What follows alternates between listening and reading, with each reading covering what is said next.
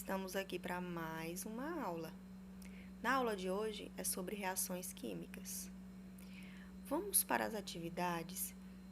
Vamos tirar todas as dúvidas referente a essa atividade sobre reações químicas, tá?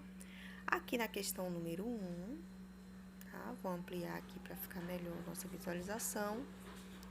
Na questão número 1, está nos perguntando como as reações podem ser classificadas. Todas as respostas eu encontro facilmente dentro do texto. Vamos lá para o texto.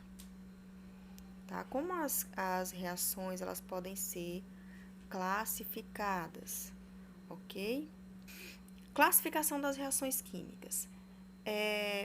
Por que se classifica as reações químicas? Classificamos, né? Os cientistas classificam as reações, agrupando-as em características semelhantes, ok? Para quê? Para facilitar o estudo dessas reações. Então, nós temos aí reação de síntese, tá? Reação de síntese. Nós temos reações de decomposição e nós temos também as reações endotérmicas e exotérmicas, ok? Então, eu posso classificar as reações em 3 tipos diferentes: reações de síntese, reações de decomposição e reações exotérmicas e endotérmicas. Rapidinho. O que são cada um? Reação de síntese é quando eu vou produzir uma única substância, tá? Vou fazer entre 2 ou mais substâncias, fazê-las reagir para produzir uma única substância, tá? Reações de decomposição é o contrário, tá? Vou pegar uma substância, transformá-la em 2. Ao contrário da síntese, eu pego 2 e transformo em uma, tá? E reações exotérmicas e endotérmicas são aquelas em que produzem calor, absorvem calor ou liberam calor, tá? Por exemplo, as reações que liberam energia ou liberam calor, para facilitar nosso entendimento, nós chamamos de exotérmicas. Lembra de exo, fora? Fora, exo, exotérmica, libera calor.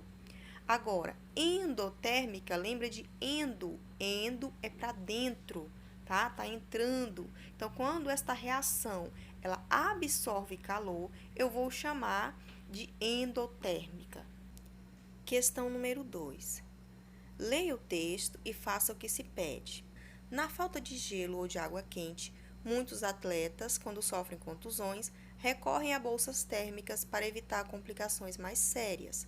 Elas são, em geral, embalagens contendo em seu interior 2 reagentes em compartimentos separados.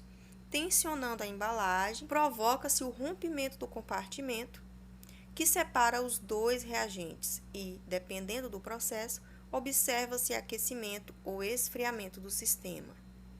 Pergunta: classifique as transformações que ocorrem nessas bolsas em endotérmicas ou exotérmicas. Lembra que na explicação da questão 1 eu falei sobre reações endotérmicas e reações exotérmicas? Isso mesmo. As reações exotérmicas são aquelas que liberam energia para o ambiente. E as reações endotérmicas são aquelas que absorvem energia, ok? Então, vamos pensar. O atleta sofreu uma contusão e ele precisa de uma bolsa com compressa quente. Esse calor vai ser liberado no ambiente, tá? Ou no local da contusão desse atleta. Então, se ele está liberando, logo eu tenho uma reação o quê? Nessa bolsa? Exotérmica. O contrário, se ele precisar de uma compressa fria, o que acontece com 2 corpos quando eles são aproximados? 2 corpos com temperaturas diferentes, um frio e um quente. A tendência é que a temperatura de um passe para o outro.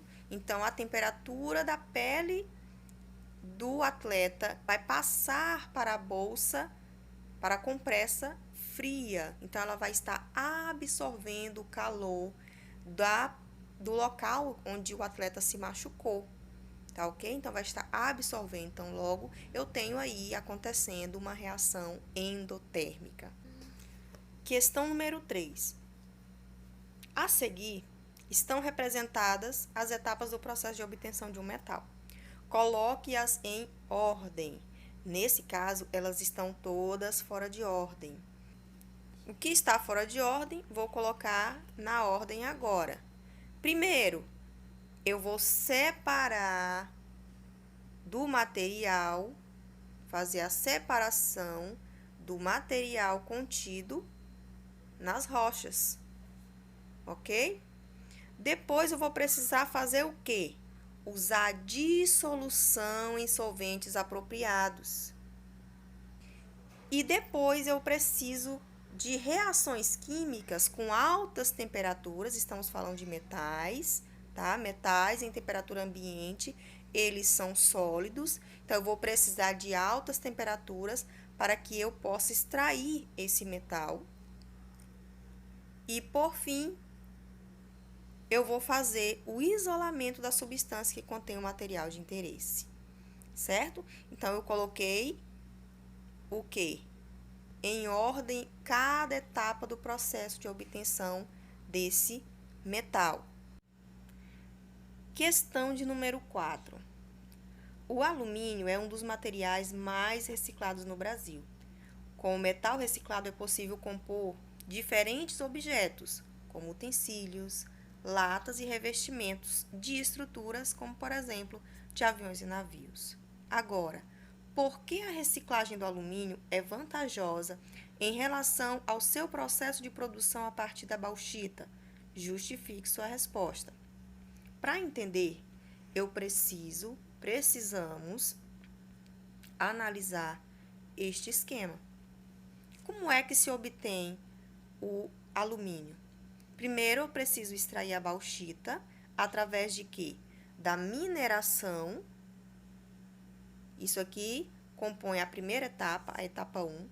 Depois, da mineração, eu vou ter alumina impura e preciso entrar na terceira etapa, que é a filtração. Depois da filtração, eu terei alumina pura separado das impurezas. E, por fim, eu entro na etapa 3, que é a eletrólise. Da eletrólise, eu obtenho alumínio metálico e gás carbônico. Correto? Agora, vamos pensar. Entre as vantagens, nós podemos citar a utilização de menor quantidade de energia, porque eu não precisarei fazer todas essas etapas. Além disso, temos a geração de emprego e renda para inúmeros trabalhadores e ainda a redução da quantidade de bauxita explorada. Eu não vou precisar explorar a bauxita do ambiente. Questão número 5. Leia a descrição de uma transformação química e responda. Quando uma solução aquosa de ácido clorídrico é adicionada a outra contendo hidróxido de sódio, a outra contendo hidróxido de sódio não são observados indicativos da ocorrência de transformação química no sistema, apesar de ocorrer a formação do cloreto de sódio, que é o NaCl, o nosso conhecido sal de cozinha, e da água como produtos. Contudo, se um termômetro for mergulhado no sistema, observaremos alterações na temperatura do sistema durante a transformação. Vamos observar aqui que nós temos esse processo exemplificado em duas figuras, figura A e figura B, certo? Na figura A, aparece para mim, colocando um termômetro, que está aí uma temperatura de 23,4 graus Celsius. Após, eu vou ter uma temperatura de 56,8 graus Celsius. Isso quer dizer que a temperatura nesta reação aumentou. Estamos falando em alteração de temperatura. Logo, eu preciso saber o que? É uma reação exotérmica ou uma reação endotérmica? Lembra, se há propagação de energia, se há propagação de calor, tá? A liberação desse calor no ambiente, Logo, se trata de uma reação exotérmica, certo? Mais uma vez, a solução, quando é adicionada hidróxido de sódio, acontece o quê? Ela aumenta a sua temperatura. Então, se ela aumenta a sua temperatura, eu tenho aí um calor sendo expelido no ambiente, então eu tenho aí uma reação exotérmica. Questão número 6. O plástico é uma classe de compostos químicos sintetizados, conhecidos como polímeros. De que forma os polímeros são obtidos? Não esqueçam de cada questão que você precisar responder, volte quantas vezes você achar necessário no texto. Toda vez que você reler, você vai aprender algo novo. O importante aqui é o seu aprendizado. Como é obtido esses polímeros? A partir de quê? São obtidos a partir de reações de polimerização. Então, número 7. Qual a aplicação da amônia na indústria? Olha só, a amônia, ela é muito utilizada na indústria, certo? Na produção de alimentos em larga escala. De que forma? Ela é utilizada, vamos aqui no texto, ó, utilizada para a produção de alimentos em grande escala. Como? Como matéria-prima na produção de fertilizantes. E, além disso, produtos de limpeza. Aquele produto de limpeza que você tem aí na sua casa, alguns deles são produzidos a partir da amônia. Além disso, nós temos também algumas fibras e plásticos que são produzidos a partir da amônia. Questão número 8. Estamos quase lá. Observe a imagem abaixo e descreva as etapas de produção do ferro gusa em um alto forno. Aí você tem a imagem com algumas informações te mostrando o que está acontecendo aí. Aí você tem minério de ferro, certo? Ó, minério de ferro, que vai passar por todo esse processo. E é esse processo que você vai precisar descrever. Para isso, você vai voltar no texto, aonde te descreve o passo a passo do que acontece com a obtenção do ferro. Olha aqui, obtenção do ferro, certo? Aqui dentro, ó, está toda a explicação, o passo a passo, como é que esse processo ocorre. E você vai descrever na questão número 8. Questão número 9. Em que processo é utilizada a reação de ustulação? E descreva como ela ocorre. Vamos lá.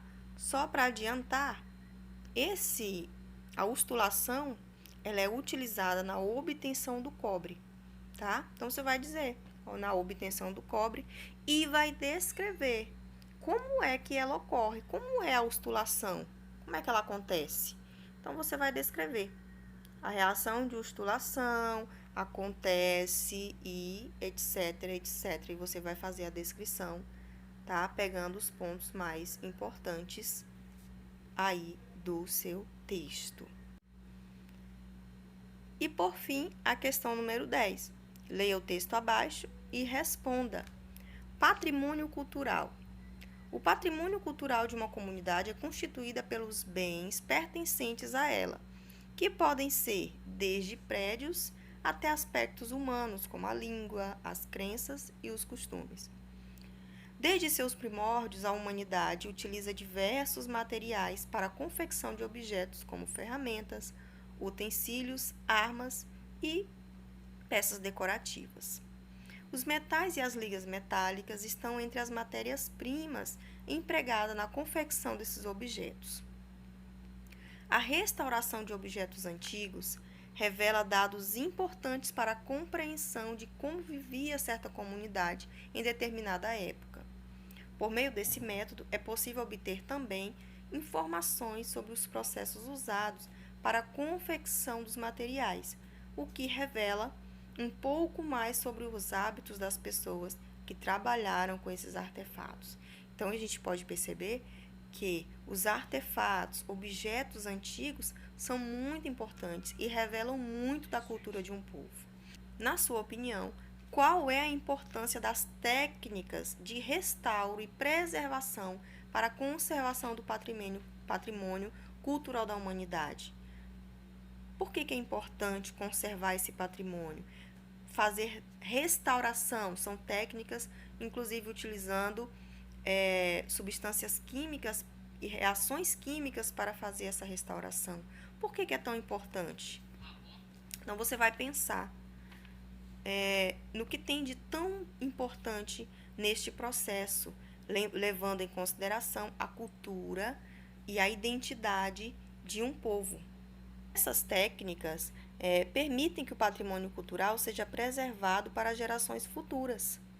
Imagine se nós não tivéssemos esses materiais de gerações passadas preservados para que hoje nós pudéssemos conhecer como é que viviam os povos antigos, as nossas gerações passadas. Então, isso é importantíssimo.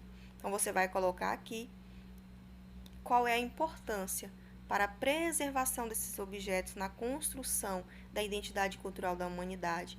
Espero que esse vídeo tenha te ajudado a responder suas questões. Bons estudos e até a próxima!